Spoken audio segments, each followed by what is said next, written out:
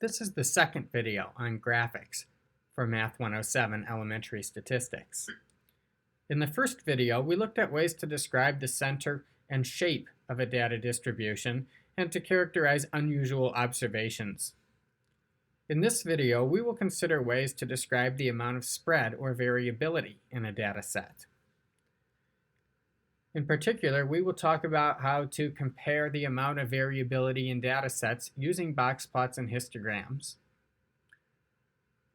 how to explain what interquartile range and standard deviation tell us about a data set, and how to infer which data set has larger standard deviation or interquartile range when comparing box plots or histograms.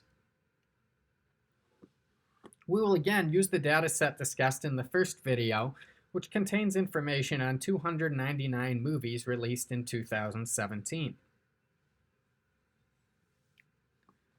When a movie is released, the Motion Picture Association of America gives it a rating based on its suitability for teenagers or children.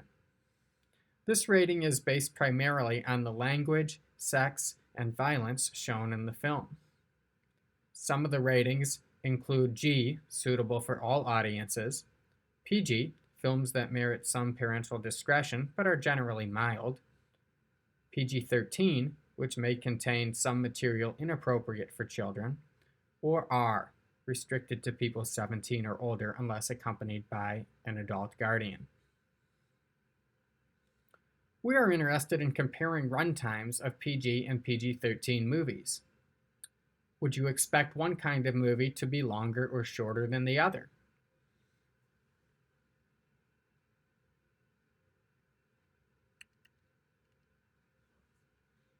Here are histograms and box plots displaying the runtimes of PG and PG-13 films. In the top row, we see the PG-rated films, while the bottom row shows PG-13 films. We see that the median runtime for PG movies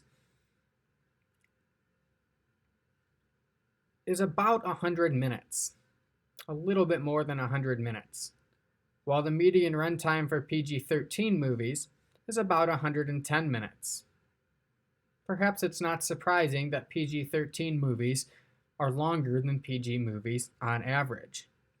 We would expect movies that are intended for an older audience to last longer. However, just looking at the average time doesn't tell the whole story. Some films last much longer than others. We have a PG-rated movie that lasted for about 130 minutes, while we have some PG-13 movies that last less than 100 minutes. It's important to consider the amount of variability when we look at a data set.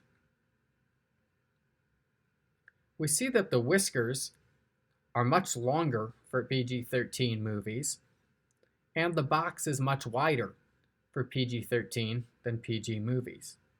The middle 50% of PG movies last between about 95 and 110 minutes, while the middle 50% of PG-13 movies last between about 100 and 120 minutes.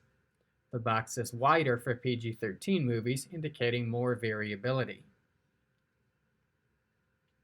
The width of the box, the width of the middle 50% of the data, is called the interquartile range, abbreviated IQR. For PG movies, the IQR appears to be about 10, from about 100 to about 110.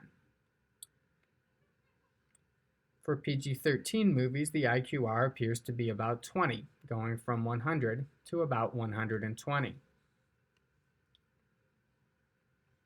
Interquartile range is one measure used to measure the amount of variability in a data set. Another common measure is standard deviation.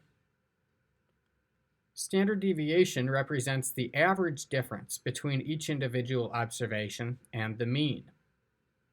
If all observations are exactly equal to the mean, then both the interquartile range and standard deviation would be 0. The larger the IQR or standard deviation, the more variability is present in a data set. Although you can find a formula to calculate standard deviation in Appendix A of the textbook, you will not be expected to calculate it by hand in this class. We'll use technology, specifically R, to calculate standard deviation. Here we calculate the mean, median, interquartile range, and standard deviation for PG and PG-13 films. We see that the mean for PG-13 films is 113 minutes, longer than 100 minutes for PG films, and likewise the median is longer for PG-13 than PG films. We also see that both the IQR and standard deviation are larger for PG-13 films than PG movies, indicating there's more variability in runtimes of PG-13 movies than PG movies.